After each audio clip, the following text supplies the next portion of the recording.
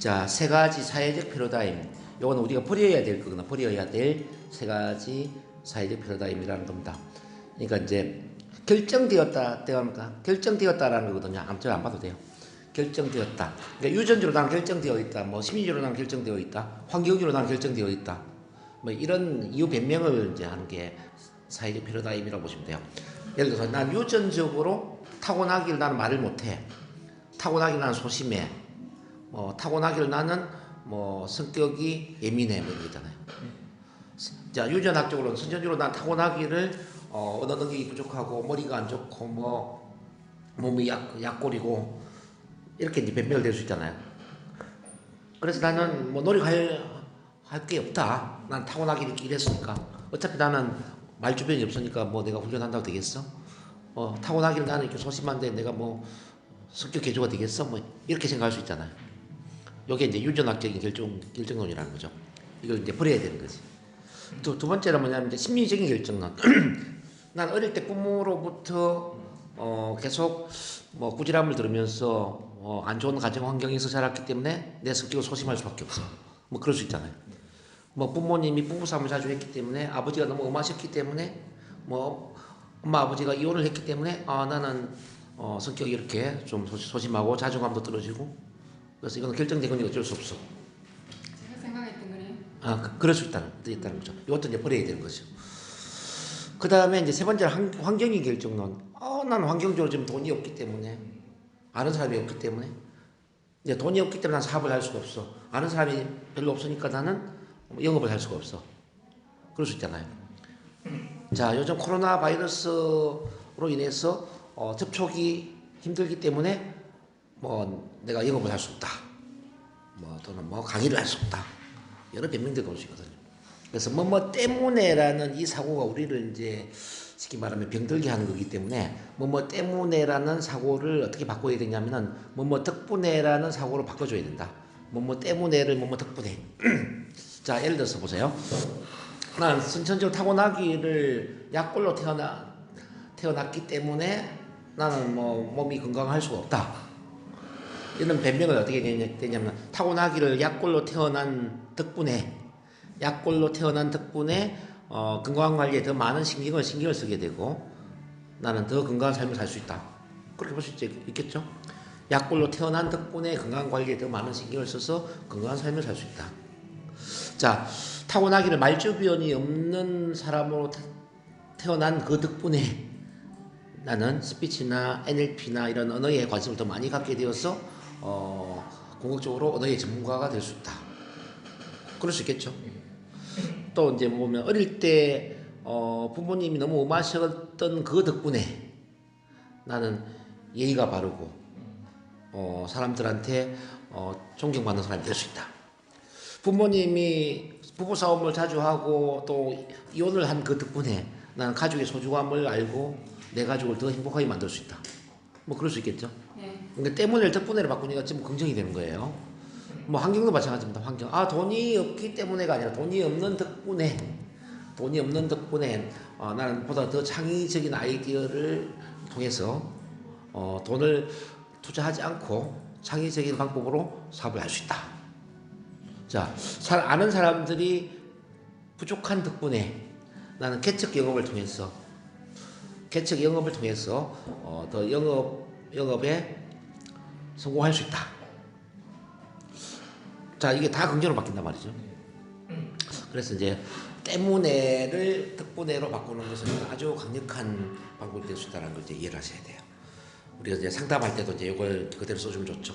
많은 분들이 변명을 갖고 오지 않습니까? 지금 뭐 우리한테 상담하는 사람들 뭐 거의 99%는 다 뭐 때문에 변명을 갖고 오죠. 부모님이 뭐 어떻게 했어, 뭐 예를 들어 요즘 뭐 우리 남편이 말을 안 듣고 뭐 어떻게 해서 바람을 피웠어, 뭐 저쩌고 막 그래 내가 우울증에 걸렸다, 불안하다, 뭐 이렇게 어떤 뭐 때문에 뭐 힘들다는 이야기거든요. 그래서 이제 그런 분들을 이제 상담할 때 이제 요 기법을 바꿔줘야 되는 거죠. 때문에를 덕분에로 한번 바꿔서 한번 생각해 봅시다. 그게 꼭 나쁜 건 아닙니다. 자, 남편이 외도를 했기 때문에 지금 마음이 물론 힘들 수도 있습니다.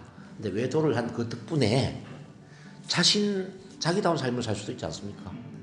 외도를 한 덕분에 남편만 바라보는 해바라기 인생이 아니라 남편을 바라보는 바라보기 인생이 아니라 이제 남편을 뛰어넘어서 나다운 삶을 살 수 있는 저로의 찬스를 만난 거죠.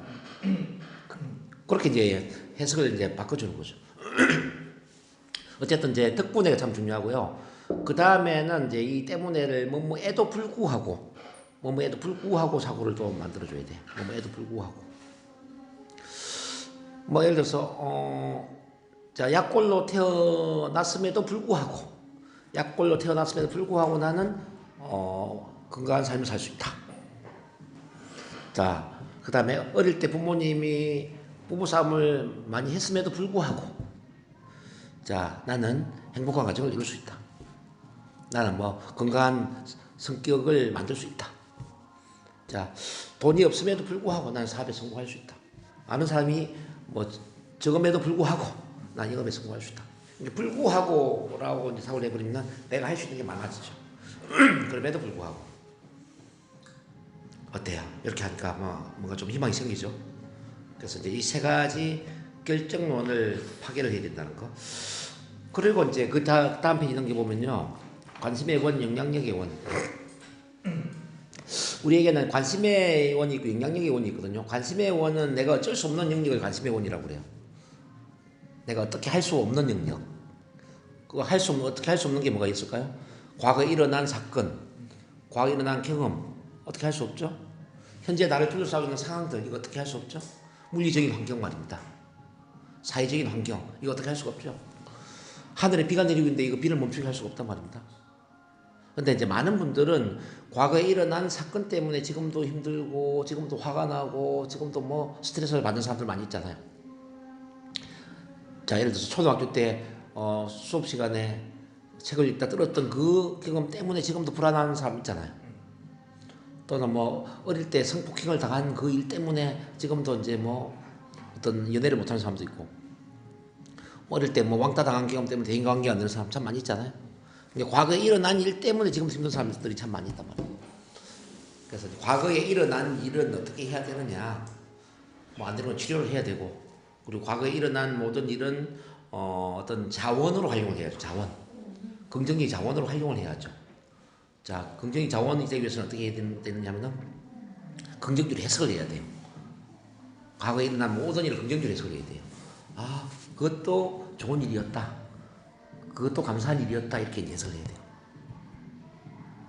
감사한 일이었다. 자, 초등학교 때 국어 시간에 책을 읽다 들었던 그 경험도 감사한 일이었다. 그 경험 덕분에 지금 스피치 훈련을 하게 되고 NLP 훈련을 하게 되었으니까 뭐 이렇게 바꾸는 거죠. 자, 어릴 때 뭐 부모님이 부부싸움을 자주 많이 했던 것도 감사한 일이었다. 그 덕분에 가족의 소중함을 알게 되었고, 나는 부부관계에 더 신경을 쓰게 되고 내 가족들을 더 행복하게 만들 수 있으니까, 이렇게 보는 거예요. 자, 지금 돈이 없잖아요. 지금 돈이 없는 것도 감사한 일이다.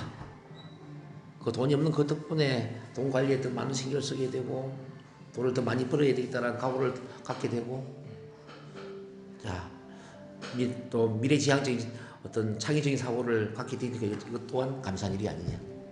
이렇게 관심의 원인은 과거의 사건, 경험, 현재의 환경, 이런 거 전부 긍정적으로 해석을 해가는 거죠. 이것도 좋은 일이다, 이것도 감사한 일이다. 왜냐하면 그래서 이 과거에 일어난 일이 내 얼굴에 주름살을 만들면 안 된다는 거예요.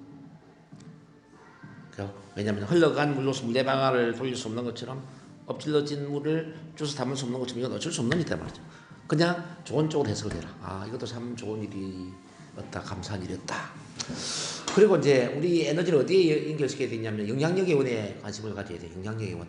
이 영향력의 원은 내가 내 통제 하에 있는 것, 내가 마음대로 할 수 있는 영역. 자, 나의 힘으로 가능한 영역을 이제 영향력의 원이라고 하는 거예요. 나의 힘으로 가능한 영역. 그러면 나의 힘으로 가능한 영역이 어떤 거죠? 나의 생각 바꿀 수 있잖아요. 나의 믿음 바꿀 수 있잖아요. 나의 사고방식, 나의 언어, 말솜씨, 나의 인간관계 능력, 다 바꿀 수 있잖아요. 나의 직업도 바꿀 수 있고, 공부도 할 수 있고, 나와 관련된 건 내가 다 할 수 있잖아요. 그러면 이제 에너지를 나와 관련된 영역에 집중을 하는 거죠. 자, 관심의 원에 해당되는 거는 전부 좋은 쪽으로 해석을 해버리고 나와 관련된 영역에 모든 에너지를 집중해. 그래서 모든 건 내가 책임지는 거죠. 아, 이것도 내 책임이다. 모든 건 나한테 달려있다라고 생각하는 거야. 그래 인생이 긍정적으로 바뀐다냐. 그럼 이제 내가 나한테 달려있는 영역이 뭐냐면 나의 통제 하에 있는 거거든. 통제에 세 가지가 있다. 이제 이렇게 잘 한번 봐봐요. 우선은 직접적 통제가 있고 간접적 통제가 있고 통제할 수 없는 게 있어요. 직접적 통제는 지금 제가 말씀드린 나와 관련된 거. 내 생각, 내 믿음, 내 가치관, 내 사고방식, 내 말, 내 언어, 내 습관, 내 직업, 나와 관련된 건 다 이제 직접적으로 통제할 수 있는 거예요. 여기에 이제 에너지를 집중하는 게 중요하고요. 두 번째는 간접적 통제. 간접적 통제는 뭐냐면은 다른 사람과 인간관계라든지 이런 거 내가 간접적으로 통제할 수 있잖아요. 그 사람과 소통하는 방식이나 커뮤니케이션 방식이나 대인관계 능력이나 이런 걸 이제 우리가 긍정적으로 바꿀 수 있다면은 다른 사람을 다 통제를 할 수는 없지만 간접적으로 통제할 수 있죠. 그렇지 않을까요? 예를 들어서 이제 우리 정두래 선생님 같은 경우에 남편을 어떤 식으로 하느냐에 따라서 남편을 직접적으로는 아니지만 간접적으로 통제할 수 있잖아요. 남편이 좀 더 가정에 충실할 수 있도록 만들 수도 있고 남편이 딸하고 좋은 관계 될 수 있도록 내가 도와줄 수도 있고 그죠? 이거는 이제 소통, 커뮤니케이션 능력을 통해서 충분히 가능하다는 거죠. 그래서 이제 간접적 통제를 위해서 우리가 그래서 이제 커뮤니케이션, 소통, 스피치, 리더십 이런 것들을 이제 훈련할 필요가 있겠죠. 그 다음에 이제 세 번째는 통제가 되지 않는 영역이 있다고 그랬죠. 통제가 되지 않는 영역에 앞서 말씀드린 과거에 일어난 사건이나 경험, 또 나를 둘러싸고 있는 환경, 이런 거는 지금 통제가 되지 않는 거예요.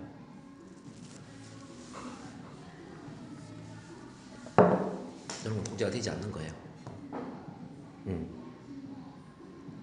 그러니까 이제 이거는 어떻게 해야 되죠? 내 얼굴에 주름살이 생기지 않도록 해야 돼요. 긍정적으로 해석을 해라. 자, 긍정적으로 해석을 해서 아, 이것도 참 좋은 일이다. 이것도 감사한 일이다. 이런 식으로. 자, 그럼 통제의 세 가지 그럼 이해가 다 됐죠?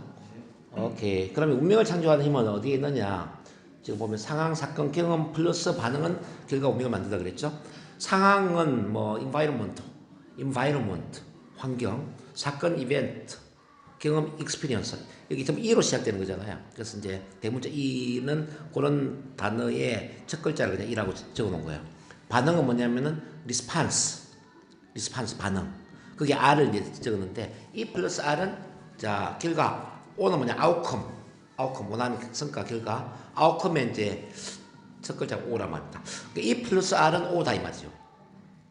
이 비율을 따지면은 우리 운명에 영향을 주는 게 상황, 사건, 경험이 차지하는 비율이 몇 %가 될까요? 자, 몇 %가 된다고 생각하세요? 그렇죠. 10%입니다. 정확하게 10%입니다. 반응은 90%. 그러니까 상황, 사건, 경험이 10%를 차지한다면 90%는 반응에 의해서 운명이 결정된다는 거죠. 그래서 이제 우리가 뭐 가정 환경이 안 좋다든지 뭐 어릴 때 뭐 힘든 일이 있었다든지 그렇다 하더라도 우리가 90% 힘은 우리한테 있기 때문에 반응을 선택할 수 있는 힘에 달려있기 때문에 전혀 억울할 이유가 없다는 거죠. 근데 많은 사람들은 과거에 일어난 사건, 경험, 뭐 어떤 상황 이런 것들이 운명을 결정하는 것처럼 생각한단 말이죠. 이미 인생이 결정된 것처럼 이렇게 막 손 놓고 그냥 변명하고 책임지지 않으려고 한다는 거죠. 근데 이거 실제로 누가 이거 정확한 거예요? 네. 그래서 이제 그 가장 멍청한 사람이 반응을 선택하는 힘을 사용하지 않는 거지. 그러니까 우리 운명을 개척하려면 반응을 선택할 수 있는 이 90% 힘을 잘 활용해야죠. 반응. 그래서 우리가 이제 왜 이제 반응이 참 중요하냐면은 모든 인간은 자유의지를 갖고 태어났거든요. 자유의지. 자, 자기 운명에 대해서 자유의지를 갖고 태어났단 말이에요. 즉 선택의 힘을 갖고 태어났다는 겁니다. 선택. 어떤 상황, 어떤 사건 경험을 맞이한다 하더라도 긍정적인 선택을 할 수 있는 힘은 본인에게 있다는 거죠. 즉 우리가 이제 정신적인 어떤 그 선택의 자유가 있단 말이에요. 그러니까 자유에 보면 리버티라는 물리적인 자유가 있고 프리덤이라는 정신적인 자유가 있단 말이에요. 근데 이 정신적인 자유의 힘은 그 누구도 침해를 할 수가 없다는 거죠. 예를 들어서 우리 빅터 프랭클 이분은 이제 유태인 정신과 의사인데 이분이 그 2차 세계대전 때 나치 그 아우슈비츠라는 죽음의 수용소에 이제 포로가 된 거예요. 그래서 이제 자기 아들, 딸, 뭐 자기 와이프, 자기 부모님 다 죽었거든요. 혼자만 살아남은 거예요. 혼자만. 그러면서 이제 이 사람 정신과 의사다 보니까 그럼에도 불구하고 모든 선택의 힘은 자기한테 있다는 걸 알게 되죠. 그래서 이제 연구를 했어요. 이 수용소에서 살아남는 사람들은 어떤 사람들이고 죽어나간 사람들은 어떤 사람들인가. 삶과 죽음의 차이를 만드는 힘이 어디 있는가를 보니까요. 살아남는 사람들은 전부 긍정적인 반응을 선택하는 거예요. 예를 들어서 뭐 하단에 피어있는 꽃 한 송이를 보면서 삶의 의미를 찾는 거예요. 어떤 사람은 내가 반드시 살아나가서 나의 아내를 만나야 되겠다. 내 아들 결혼한 걸 봐야 되겠다. 뭐 이런 그 긍정적인 힘을 갖는 이런 사람들은 다 살아남더란 이야기죠. 근데 이제 그런 삶의 의미를 찾지 않고 이른바 이제 절망을 하거나 우울해하거나 그 이제 수용소에 언제 죽을지 모르는 어떤 불안 심리 여기에 그 시달리는 사람들 다 죽더란 이야기죠. 그러면서 이제 스스로 이제 이 빅터 프랭클이 이런 경험을 해요. 이른바 이제 이런 수술대 위에 완전히 옷을 벌거숭이로 이제 옷을 다 벗은 상태에 정관 수술 있죠, 남자들. 정관 수술을 마취제 없이 하는 실험의 대상이 되는 거예요. 얼마나 끔찍합니까? 정관 수술하는데 마취제를 놓지 않고 했을 때 어떻게 반응하는 게 실험을 하는데 그 실험 대상이 된 거예요. 그때 이제 이 빅터 프랭클이 깨닫죠. 나에게는 두 가지 자유가 있구나. 하나는 리버티, 물리적인 자유, 또 하나는 프리덤, 정신적인 자유 두 가지가 있는데 물리적인 자유로 볼 때는 내가 그 나치들보다 훨씬 자유가 적을 수가 있다. 근데 어쩌면 정신적인 자유는 이 나치들보다 훨씬 더 많은 자유를 갖고 있을 수도 있다고 생각을 해요. 자, 왜냐하면 그 나치들은 히틀러에게 정신적으로 종속되어 있는 사람들이잖아요. 근데 나는 종속되는 사람은 아니니까. 그래서 이제 이 사람이 정신적인 자유를 최대한 많이 활용해야 되겠다는 생각을 해요. 그러니까 아까처럼 이제 우리 눈 감고 체면 들어갔지 않습니까? 눈을 감고 이제 자기 체면에 들어가가지고 한 10년 이후 미래를 이제 상상 속의 미래를 여행을 한 거죠. 자, 10년 이후쯤에 가보니까 전쟁은 이미 다 끝나 있고 나를 수술하는 이런 군인들은 전부 전쟁 수용소, 전범 수용소에 들어가 있거나 뭐 사형을 당했거나 예를 들어서 이렇게 돼 있어요. 그리고 본인은 인간 잔악성에 대한 연구 논문을 발표해서 이 논문이 너무 베스트셀러로 성공을 했거든요. 그러면서 실제 상상을 하니까. 상상이네. 그러니까 이제 라디오 방송에서 막 자기 강의를 하고 있고 뭐 전 세계적으로 유명한 교수가 되는 거죠. 자, 그걸 보고 다시 돌아와서 수술대에 누워 있는 자기를 보니까 자, 이 사람들은 물리적으로는 나를 실험하고 있지만은 심리적으로 내가 이 사람들을 실험하고 있다는 걸 알게 됐죠. 그래서 이 나치들은 나보다 더 많은 물리적 자유를 갖고 있지만은 나는 나치들보다 더 많은 정신적인 자유를 내가 갖고 있구나. 그랬을 때 내가 오히려 이 사람들을 실험하고 있구나. 그래서 기분 좋게 이 생체 실험의 대상이 된 거죠. 그리고 끝나고 나서는 수고했다고 미소 지으면서 이제 수술대를 나가죠. 그래서 이제 그 빅터 프랭클이 이야기한 건 뭐냐면은 인간은 최악의 이런 죽음의 수용소조차도 그 정신적인 자유만큼은 자기가 선택할 수 있는, 긍정적 반응을 할 수 있는 그 힘을 갖고 있더라는 거죠. 인간에게는 이거는 그 누구도 침해할 수 없는 자기만의 그 어떤 반응에 대한 그 정신적 자유라는 이야기죠. 근데 뭐 지금 우리가 사는 세상은 수용소가 아니잖아요. 뭐 그 죽음의 수용소 같은 경우는 하루에 3번씩 줄을 서게 만들거든요. 아침에 2줄을 세워서 한 줄은 가스실에 죽게 만들고 한 줄은 일을 하게 만들고 또 오전 일 마치고 점심때 오지 않습니까? 또 줄을 2줄을 서게 만드는 거죠. 한 줄은 또 가스실에 들어가서 죽이고 한 줄은 점심을 먹게 만들고 또 저녁에 또 일하러 일 갔다 오잖아요. 노동. 그럼 또 줄을 또 2줄씩 세우는 거지. 한 줄은 가스실, 한 줄은 저녁을 먹이고 매일 이렇게 줄을 하루에 3번씩 섰대요. 근데 내가 줄 잘못 서면 죽는 거예요. 근데 그 상황에서조차도 자 이렇게 긍정적인 반응을 선택할 수 있는 그 힘을 가진 사람들은 살아남더라는 얘기죠. 그래서 인간은 이렇게 자기 운명을 선택할 수 있는 힘이 있구나. 그래서 이 반응이 참 중요하다. 이게 이 사람 끝까지 살아남았네요. 살아남았죠. 이야. 그래서 의미 추구 심리학을 만들었죠.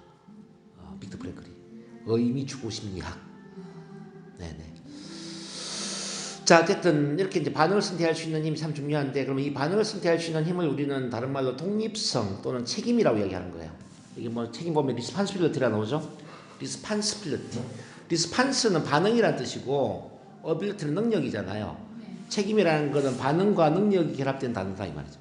즉 어떤 상황에서든지 긍정적인 반응을 선택할 수 있는 힘, 이게 바로 이제 책임이라고 할 수 있는 겁니다. 이해되시나요? 네. 그래서 이제 이 책임을 진다, 책임을 지는 인생을 산다. 이건 뭐냐면은 과거의 어떤 사건 경험, 어떤 상황, 만남의 어떤 대상에 관계없이 우리가 긍정적인 반응을 선택할 수 있는 상태가 됩니다. 그래서 이것도 좋은 일이고 이것도 감사한 일이고, 자 모든 걸 이렇게 좋은 일, 감사한 일을 바라볼 수 있는 그 상태. 그게 이제 책임이라는 거죠. 그래서 우리한테 일어나는 사건이나 경험은 선택할 수 없고, 어떤 상황도 선택할 수 없어요. 그리고 이제 우리가 만남의 대상도 좋은 사람을 만날 것인지 나쁜 사람을 만날 것인지 이 대상도 어떻게 보면 선택을 할 수 있는 게 아니죠. 그렇지만 내가 어떤 사람이 될 것인가, 내가 긍정적인 사람이 될 것인가, 부정적인 사람이 될 것인가, 이걸 내가 선택할 수 있다는 거죠. 그런 점에서 여러분들이 이제 항상 최선의 선택을 하는 사람이 되어야 된다는 거죠. 가장 좋은 사람이 되겠다는 선택을 해야 되고, 긍정적 반응을 선택하겠다라는 그런 결심을 하는 게 중요하겠죠. 오케이. 그랬을 때, 자, 인생의 성공 방정식을 봅시다. IA 플러스 AA 가로 닫고 곱하기 A는 IHP다. IA라는 것은 inborn attribute, 그러니까 선천적 특성을 이야기하는 거죠. 그죠? AA는 뭐냐, 후천적 특성. 그 다음에 세 번째 A는 태도, attitude를 이제 그 A라고 이야기를 한 거. IHP는 개인적인 성과, individual human performance, 개인적인 성과를 이렇게 표현을 했는데, 그럼 다시 공식을 한번 봐봐요. IA 플러스 AA 가로 닫고 곱하기 A는 IHP다. 즉 선천적 특성 더하기 후천적 특성 가로 닫고 곱하기 태도를 하니까 개인의 성과가 나왔다는 뜻입니다. 여기서 가장 중요한 게 뭘까요? 태도가 가장 중요하겠죠. 왜냐하면 선천적 특성이나 후천적 특성은 더하기인데 태도는 곱하기잖아요. 근데 선천적 특성이나 후천적 특성이 아무리 뛰어나다 하더라도 태도가 제로가 돼버린다면 어떻게 될까요? 제로가 되는 거죠. 그래서 근데 선천적으로 조금 예를 들어서 좀 부족하고 후천적으로도 내가 환경이 부족해. 근데 태도가 긍정적이라면은, 태도가 100이라면 개인 성과가 올라간다. 이를테면 이제 헬렌 켈러 같은 경우는 선천적으로 뭐 청각장애, 시각장애인으로 태어났단 말이죠. 그렇죠? 그렇지만 태도가 100이었죠. 그래서 이제 위대한 인물로 사는 겁니다. 자, 고 정주영 회장 같은 경우는 그 후천적인 부분이 뭐 아주 가난한 농부의 아들 태어난 거 아닙니까? 후천적으로. 근데 태도가 100이다 보니까 현대 그룹을 일구었다는 이야기죠. 자, 그런 것처럼 이제 이 태도를 어떻게 하면 100을 만들 것인가. 태도가 모든 걸 차지하는데, 태도가 100을 차지하는데, 그럼 태도를 어떻게 하면 키울 것인가라는 거. 자, 태도를 만드는 거는 뭐냐? 기대라고 해서 기대. 긍정적 기대를 하면은 긍정적 태도가 생긴다. 긍정적 기대는 어디서 놀까요? 긍정적 믿음에서 노는 거야. 긍정적 믿음은 자아 개념에서 노더라. 자, 다시 봐봐요. 자, 태도, 긍정적인 태도를 만드는 기대, 즉 미래에 대한 긍정의 기대인데, 나는 잘 될 거야, 나는 성공할 거야, 이런 게 이제 긍정의 기대죠. 나는 반드시 잘할 수 있어, 잘 될 거야. 그러면 잘 될 거라는 기대는 어디서 오겠죠? 바로 믿음. 나는 할 수 있어, 나는 할 수 있어, 할 수 있다 믿음을 가지면 잘 될 거라고 기대하잖아요. 그렇지 않나요? 그럼 할 수 있다라는 믿음은 어디서 올까요? 자아 개념. 나는 괜찮은 사람이야. 나는 가치 있는 존재야. 나는 성공할 수 있는 사람이야. 자기를 괜찮은 사람 믿으면은, 나는 할 수 있어. 나는 할 수 있다고 믿으니까, 내가 잘 될 거야. 잘 될 거라고 기대해. 잘 될 거라고 기대하니까 태도가 긍정적으로 바뀌는 거예요. 이렇게 해서 개인 성과가 올라간다는 이야기죠. 예를 들어서 이제 공부를 하는 거 봐봐, 애들이. 자기 자신을, 나는 우등생이야. 나는 공부를 잘할 수 있는 사람이야. 난 괜찮은 사람이야. 난 내가 참 좋아. 그러니까 난 공부 잘할 수 있어. 믿어. 공부를 잘할 수 있다고 믿으니까, 자, 나는 서울대를 합격할 거야. 예를 들어서 서울대에 들어갈 거야. 이렇게 기대를 해. 서울대를 들어갈 걸 기대하니까 공부를 열심히 할 거야, 안 할까요? 태도가 좋아지는 거예요. 이제 예를 들어서 이제 지금 NLP도 같은 원리죠. NLP 공부하는 것도 내가 참 괜찮은 사람이야. 난 가치 있는 존재야. 날 괜찮게 봤어요. 그러니까 난 할 수 있어. 이 NLP 통해 난 심리 상담사 될 수 있어. NLP 체면 치료사가 될 수 있어. 유능한 NLP 체면 치료사가 될 수 있어. 그러니까 기대. 유능한 NLP 체면 치료사가 될 거야. 그러니까 이제 토요일 날 여기 와서 공부하는 게 태도가 좋아진다 이 말이죠. 우리 권영무 선생님이 토요일이 기대가 된다 뭐 그런 이야기 하잖아요. 그것도 같은 거죠. 본인은 할 수 있다고 믿는 거지. 그런 거죠. 두 분도 마찬가지고 그죠? 자, 그러면은 이게 이제 태도를 만드는 것은 기대고 기대를 만드는 것은 믿음이고 믿음을 만드는 자아 개념이 가장 중요한 것은 그러면은 자아 개념이라는 거네요. 그래서 이제 자아 개념을 지금 공부를 해봐야 돼요. 자아 개념이라는 것은 뭐냐? 선입견이라는 스크린이다. 나를 바라보는 어떤 선입견과 같은 스크린과 같다 이 말이죠. 잠재의식이 컴퓨터라면은 자아는 컴퓨터의 프로그램이라고 볼 수 있어요. 잠재의식 컴퓨터의 그 하드웨어 용량이 있지 않습니까? 컴퓨터 하드웨어 용량이라면 자아는 그 용량을 써먹게 만드는 프로그램과 같다. 그러면 우리 이제 인간으로 본다면 우리는 무한한 잠재 능력을 갖고 있다는 것은 알고 계시죠? 근데 무한한 잠재 능력을 갖고 있는데 우리는 이 능력을 다 써먹습니까? 못 써먹죠. 무한한 잠재 능력을 갖고 있는데 아인슈타인은 15%를 써먹었대요. 근데 평범한 사람은 2에서 5%를 써먹는다는 거예요. 그럼 아인슈타인처럼 15%를 써먹을 수 있는 힘은 어디서 나올까라는 거. 바로 자아 개념이 긍정적이어야 된다는 거죠. 자, 예를 들어서 나는 괜찮은 사람이라고 생각하면 능력을 많이 써먹을 수가 있는데 나는 부족한 사람이다 생각하면 능력을 많이 써먹을 수가 없다는 거예요. 나는 월 1,000만 원을 벌 수 있는 사람이야 이렇게 믿어버리면 1,000만 원을 버는 게 쉬운데 나는 지금 200만 원, 300만 원 정도밖에 벌 수 없는 사람이야 이렇게 믿어. 그러면 1,000만 원을 버는 게 힘들겠죠. 그렇지 않겠어요? 그 다음에 공부도 마찬가지죠. 나는 머리가 안 좋은 사람이야. 공부 뭐 해봐도 난 어차피 공부는 소질이 없는 사람이야. 그러면은 성적이 안 나올 거란 말이에요. 근데 이제 본인 자체를 나는 우등생이야. 난 항상 1등을 하고 나는 공부 잘하는 사람이야. 내 머리 좋아. 이렇게 믿어버리면은 성적이 잘 나오겠죠. 이게 자기를 어떻게 생각하느냐에 따라서 능력을 써먹는 정도가 달라진다. 컴퓨터도 같은 거잖아. 컴퓨터의 하드웨어 용량이 굉장히 많은데 프로그램이 엑셀이라든지 뭐 잘 깔려 있으면은 잘 써먹을 수가 있잖아요. 근데 프로그램 잘 깔린 게 아니라 프로그램이 예를 들어서 이제 뭐 바이러스가 이제 침투했다든지 프로그램 자체가 작동이 안 돼버리면 어떻습니까? 하드웨어 용량은 이렇게 엄청난데 컴퓨터를 써먹는 게 쉽지가 않다는 거죠. 그래서 이제 인간이 자기 능력을 제대로 발휘하려면 어떻게 해야 되느냐? 바로 자아 개념을 무조건 긍정으로 바꿔줘야 합니다. 요점 이해되십니까? 네. 그래서 이제 그럼 이 자아 개념은 세 가지가 있는데 어떻게 구성이 되느냐 한번 볼게요. 첫 번째는 자아 이상. 그 이상적으로 생각하는 나의 미래의 모습이에요. 자아 이상. 이상적으로 생각하는 나의 미래의 모습. 이상적으로 생각하는 나의 미래의 모습, 그게 자아 이상이고, 두 번째 자아 이미지는 뭐냐면은 현재 나에 대한 어떤 이미지. 현재 나를 어떻게 생각하느냐. 현재 나를 어떻게 생각하느냐. 현재에 대한 나의 이미지를 자아 이미지라고 그래요. 그 다음에 이제 자부심은 뭐냐면은 현재 나에 대한 좋은 느낌. 현재 나에 대한 좋은 느낌을 자부심이라고 해요. 근데 그 좋은 느낌이 두 가지 있어. 자아 존중감, 자아 유능감. 자아 존중감은 나를 존중하는 느낌. 자아 유능감은 내가 유능하다라는 느낌. 요게 다 합쳐져서 이제 자아 개념이 되는데, 근데 이게 이제 다 합치는데 이제 자아 이상을 그럼 어떻게 하면 높이느냐가 참 중요해요. 자아 이상을 높이려면은 역할 모델을 갖는 게 중요하겠죠. 나 누구처럼 되고 싶어. 이게 있으면 참 좋아요. 그래서 우리가 어릴 때 위인전을 많이 읽게 만드는 이유가 뭐냐면 위인전을 읽으면서 나도 유수인 장군처럼 되고 싶어. 나는 유한선 누나처럼 되고 싶어. 뭐 그런 이제 이상적인 모습이 있으면 자아가 올라간다 이 말이죠. 그래서 어릴 때 어떤 책을 읽히느냐가 참 중요하다고 저는 봅니다. 그러니까 위인전 읽히는 게 참 도움이 된다. 혹시 존경하는 분 계세요? 역할 모델? 저는 뭐 아무래도 나라에서는 세종대왕이라는 이름이 제일 유명한 것 같아요. 세종대왕. 네. 우리 한 선생님은 누구 존경하세요? 기본적으로 표본적인 모델이 그분들이죠. 이순신 같은 경우에 이순신 장군은 진짜 뭐 존경할 뿐이고.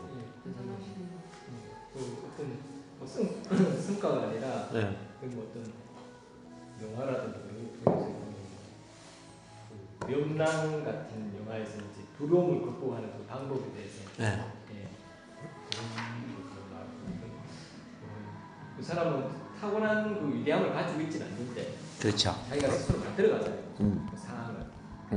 어쨌든 이제 이거 어쨌든 위인도 좋고요. 현재에 살아 있는 사람 중에서도 뭐 내가 역할 모델을 찾으면 참 좋아요. 아 나도 누구처럼 되고 싶어. 저는 이제 그 미국 앤서니 라빈스를 역할 모델로 많이 삼아서 나 앤서니 라빈스처럼 열정적인 동기부여가가 되고 싶어. 열정적인 NLP 강사가 되고 싶어. NLP 코치가 되고 싶어. 뭐 이런 생각을 많이 했었죠. 그래서 이제 내 안에 잡는 거 이런 깨우라, 뭐 무한능력 이런 책들을 거의 씹어서 삼킬 정도로 제가 책을 많이 봤거든요. 그 사람 닮고 싶어가지고. 근데 실제 그런 상상을 많이 했죠. 앤서니 라빈스처럼. 자, 전국을 누비면서 강의하는. 그래서 제가 부산에 내려오는 것도 어려운 일은 아니었어요. 그런 것처럼 이제 자아 이상, 닮고 싶은 사람이 있으면 자아 이상이 올라간다. 이걸 이제 해야 되고. 자아 이상이 올라가면 당연히 자아 이미지도 좋아지죠. 그러니까 이상적인 미래가 있는 사람은 자기를 괜찮게 보잖아요. 그걸 괜찮게 느끼잖아요. 그래서 이제 어릴 때도 우리가 이제 그 미래의 이상적인 모습을 심어주는 게 참 중요하다고 생각을 해요. 존경하는 사람, 닮고 싶은 사람. 근데 요즘 애들을 보면 그런 사람이 없대. 이게 문제예요. 우리는 방공교육을 많이 받아서 그런지 모르지만 그때 뭐 이순신 장군, 뭐 박정희 대통령 뭐 닮고 싶은 사람이 많이 있었잖아요. 여자들 유경수 여사, 뭐 신사임당. 이 닮고 싶은 사람들이 있으면 요즘 애들은 닮고 싶은 사람이 없다는 거죠. 연예인 새들은 유튜브에 돈 많이 버는 사람들은 칭찬하더라고. 이게 이상한 그 역할 모델을 보는 거죠. 어쨌든 그렇습니다. 그래서 그렇게 이제 자아 개념이 구성이 되어 있다면 이 자아 개념 규칙을 보면요. 1번, 2번 한번 읽어봐봐. 1번 자 정두려 선생님. 스스로를 사랑하지 않으면 다른 사람을 사랑할 수 없다. 자신이 갖지 않은 것을 남에게 줄 수는 없다. 네. 2번 스스로를 좋아하지도 사랑하지도 존경하지도 않는데 다른 사람이 나를 좋아하거나 사랑해 줄 수 없다. 그렇죠. 그래서 이제 이 자아 개념의 이 1번, 2번 이 규칙을 잘 이해를 하셔야 돼요. 자기를 사랑하지 않으면 다른 사람을 사랑할 수가 없는 겁니다. 내가 소유하지 않는 걸 남한테 줄 수는 없는 겁니다. 자, 내가 다른 사람을 사랑할 수 없을 때 그 다른 사람 또한 나를 사랑하지 않겠죠. 그럼 인간관계가 안 좋아지는 거죠. 나를 사랑하는 만큼 상대방을 사랑하게 되고 상대방을 사랑하는 만큼 그 상대방도 나를 사랑하게 되기 때문에 결국 이 사랑의 정도가 인간관계의 양과 질을 결정한다는 거죠. 이게 굉장히 중요하고 스스로 내가 좋아하지도 존경하지도 않는데 다른 사람이 나를 좋아해 준다? 이거 힘들어요. 그러니까 나를 바라보는 방식이 다른 사람이 나를 바라보는 방식을 결정한다 이 말이죠. 나를 바라보는 태도를 보고 다른 사람이 나를 바라보는. 예를 들어 정두래 선생님을 만나보니까 정두래 선생님 자기를 막 좋아하네. 자기 괜찮은 사람이라고 생각하네. 그러니까 저도 선생님을 좋아하고 괜찮은 사람을 보는 거예요. 근데 반대로 정두래 선생님이 자기를 싫어해. 자기를 못난 사람이라고 생각해. 본인을 못난 사람으로 생각하네. 그럼 나도 이제 못난 사람으로 생각해. 이렇게 거울처럼 반응을 한단 말이죠. 그래서 어떻게 해야 되냐면은 주변 사람들한테 사랑받고 싶으면 자기를 사랑하면 돼요. 주변 사람들한테 존경받고 싶으면 내가 나를 존경하는 거예요. 내가 이렇게 나를 사랑하고 나를 존경하니까 당신들도 나를 사랑하고 존경해줘야 돼요 이거예요. 근데 대부분 사람들 그렇게 못하죠. 내가 나를 이렇게 싫어하니까 여러분들 나를 싫어해 주세요. 나를 좋아하면 안 돼요. 이 원리를 왜 모르는지 모르겠어요. 그래서 반드시 이제 자기를 사랑해야죠. 제가 저를 이렇게 좋아하는 사람이기 때문에 여러분들도 저를 좋아해 주셔야 됩니다. 그게 이제 하나의 방법이거든. 그래서 사랑받고 싶으면 자기를 먼저 사랑해라. 자, 인정받고 싶으면 자기를 먼저 인정해라. 다른 사람이 나를 다 있는 그대로 받아주기를 원한다면 내가 나를 먼저 있는 그대로 받아들여야 된다. 단점도 같은 원리.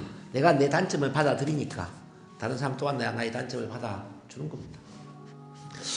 근데 이제 이 자아 개념이 뭐 어떤 식으로 각인되느냐 보면은 권위적인 인물과 강도 반복이 나는데, 우리가 특히 이제 만 18세 이전에 권위적인 인물, 그러니까 이제 부모님이라든지 학교 선생님이라든지 뭐 어른들, 이런 분들이 얼마나 강도 높은 얼마나 강도 높은 꾸지람을 했느냐, 반대로 칭찬을 했느냐에 따라서 자아 개념이 각인된다는 거죠. 이제 부모님이 학교 선생님 같은 이 권위자들이 강도 높은 칭찬을 많이 했다. 그럼 어떻게 될까요? 우리 자아 개념이 긍정적으로 하겠죠. 반대로 이 부모님이나 선생님이 강도 높은 꾸지람을 많이 했어요. 비난적인 말을 많이 했어. 그럼 우리는 우리 자신을 부정적으로 바라보는 겁니다. 그래서 코치님 그 긍정적인 반응을 많이 하면은 이런 것도 극복할 수 있죠.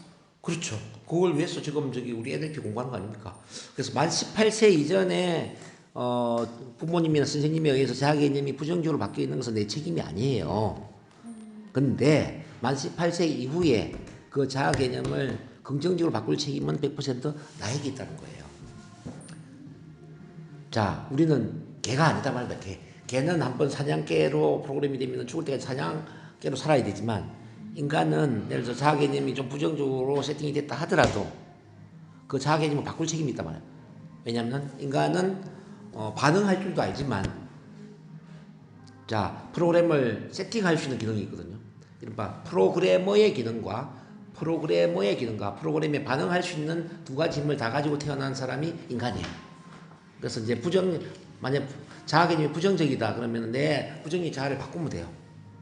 부정적인 자아를 깨트리고 새로운 긍정적인 자아를 세팅시키는 거예요.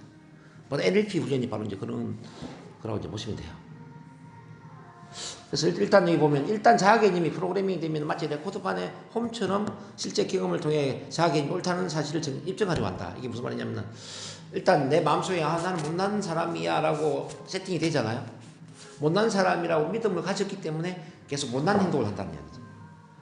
돈을 벌고 나는 200만 원 정도 버는 사람이야 이렇게 세팅이 되어 있으면 200만 원 버는 사람이야 이 믿음을 입증하기 위해서 계속 200만 원만 번다는 거예요.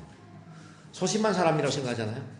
소심한 사람이라는 믿음이 있으면 이 소심한 사람이라는 믿음을 증명하기 위해서 계속 소심한 행동을 하는 거지. 스피치도 마찬가지죠. 나는 발표 불안이 있어. 나는 말을 못하는 사람이야. 이런 부정적인 믿음 있잖아요. 말을 못하는 사람이라는 믿음을 증명하기 위해서 계속 말을 못하는 행동을 하는 거예요. 긴장하고 떨고 불안해하고.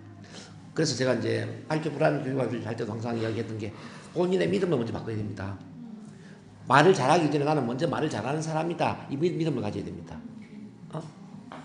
자, 나는 스피치 전문가이고, 자, 스피치를 좋아하는 사람이고, 말하기를 좋아하는 사람이라는 믿음을 갖고 있으면 그냥 말은 잘할 쪽으로 간다 이 말이에요. 근데 많은 사람들이 실제 말을 잘하면서도 믿음이 부정적이에요.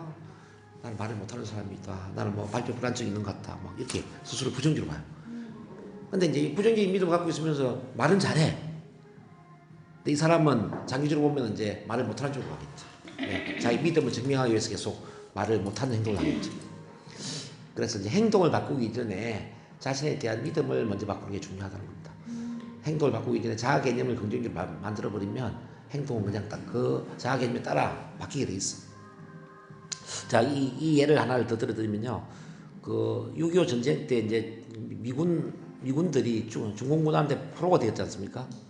이제 중공군들이 이 미군 포로들을 어떻게 해서 이제 그 공산주의자 이제 간첩을 만들었냐 이게 참 중요해요. 간첩을 만드는 과정이 뭐냐면은 계속 세뇌를 시키는 거죠.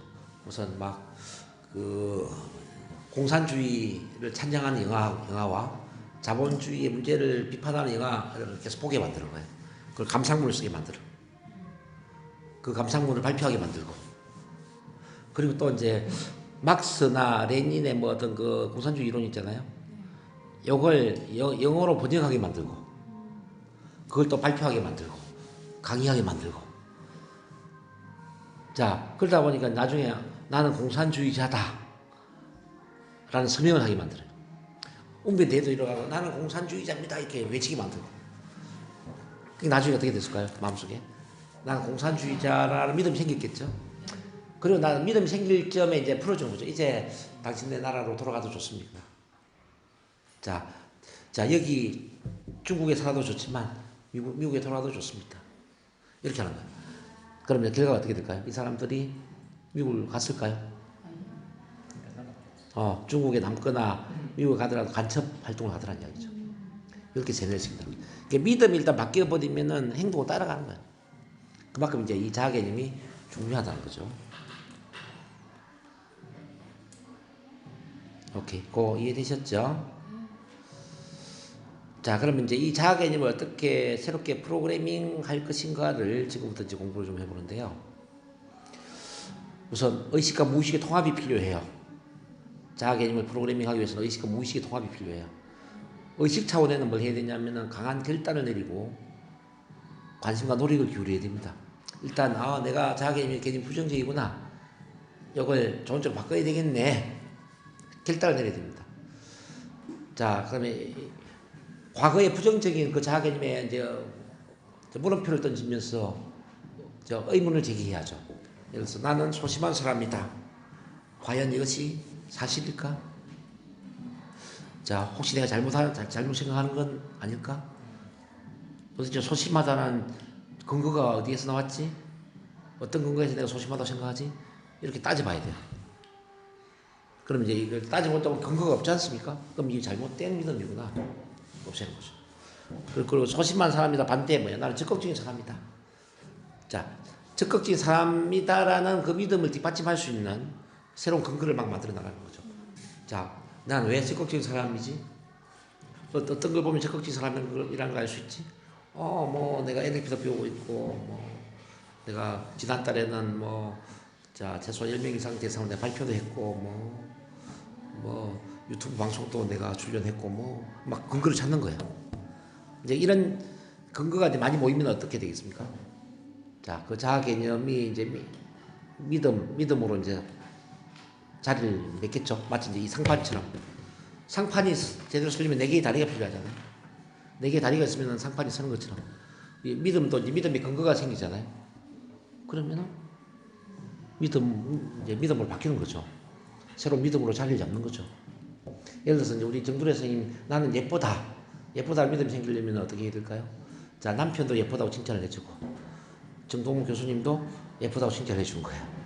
우리 한동광 선생님도 예쁘다고 칭찬을 해줘. 그리고 이제 권영훈 선생님도 예쁘다고 칭찬을 했죠. 이렇게 이제 한 4사람으로부터 예쁘다라는 칭찬을 들어버리면은 어떨까요? 선생님 마음속에 나는 예쁘다라는 믿음이 생길까요? 생기죠. 예, 믿음의 근거가 충분히 있다면은 믿을 수 있는 근거가 많기 때문에 믿음으로 자리 잡는단 말이에요. 이렇게 이제 근거를 만들어 나간단 말이에요. 나는 말을 잘하는 사람이다. 이 믿음도 같은 거죠. 말을 잘하는 사람이다. 내가 예를 들어서 이제 발표에 성공한 경험, 또 그러면서 1대1도 대화를 할 때, 우리 정두래 선생님은 너무나 말을 잘하는 것 같아요. 누가 또 칭찬해 주는 거예요. 또 남편이, 여보, 당신 옛날보다 말솜씨가 많이 늘었어. 어떻게 그렇게 말을 잘해? 이렇게 또 칭찬해주고, 또 딸들도, 우리 엄마 진짜 말 너무 잘하는 것 같아요. 이렇게 한 서너 가지 정도 믿음의 근거가 생길 거예요. 그러면 내가 말 잘하나? 어느 순간에 나는 말 잘하는 사람이다. 이런 이제 믿음이 생기는 거죠.